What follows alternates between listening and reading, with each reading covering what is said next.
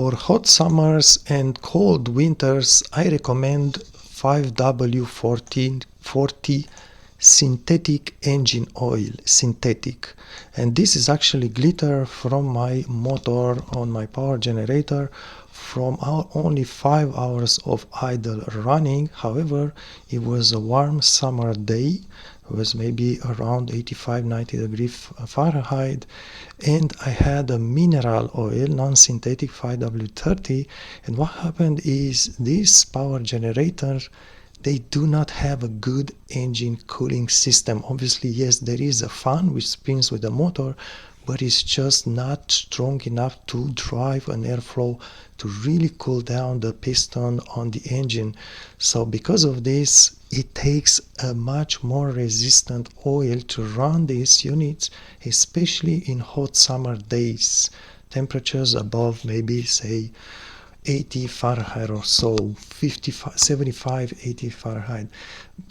Now, you can take maybe a mineral 10W40 oil, and it's going to be good for summertime. The 40 part is good enough. However, the same oil is going to be too viscous in very cold winter days. Depends on your state, on your location. So your power generator may have problems starting in cold winter days if you are using such thick oil. That's why I recommend 5W40 synthetic. And the reason for this, you also have sometimes 0W40 synthetics. Both work just as well.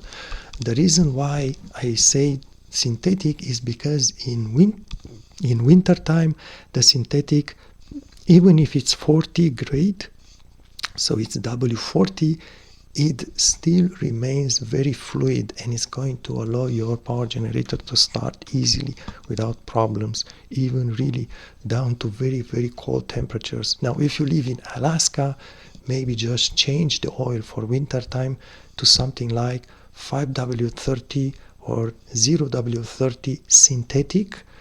Or you can also try mineral. I'm not sure how good is mineral down to minus 40 Fahrenheit, how viscous it is, but the synthetic is for sure good, very, very fluid down to minus 40 Fahrenheit, and it should be a problem starting your power generator. Again, the problem is basically in very cold winter days, you want the power generator to be able to start with an oil that is not too viscous, too thick.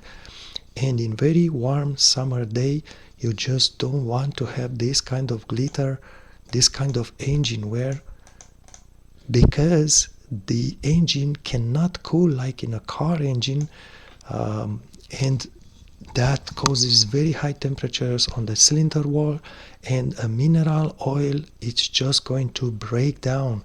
Even if it's good in your car engine, in a power generator, it's going to break down the oil, and then you have really the metal wears on both piston, probably on piston rings and also on the cylinder wall side. Obviously, it's going to shorten the lifespan of your power generator by a lot, right? Maybe half of it, maybe even worse.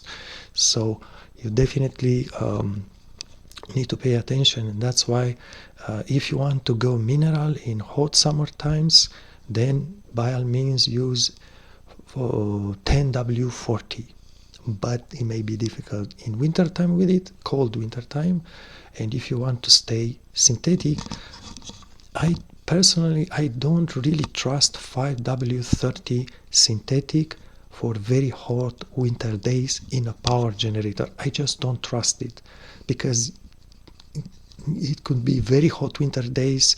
Your unit may be exposed to sunlight, it's going to heat it up. It has an enclosure, it has a body which doesn't have a lot of ventilation. So my preference for winter days, go with a W40 oil, or some hot summer days, go with W40 oil, be it synthetic or mineral. Just keep in mind what happens if it's mineral in winter time, in cold, very cold days in winter.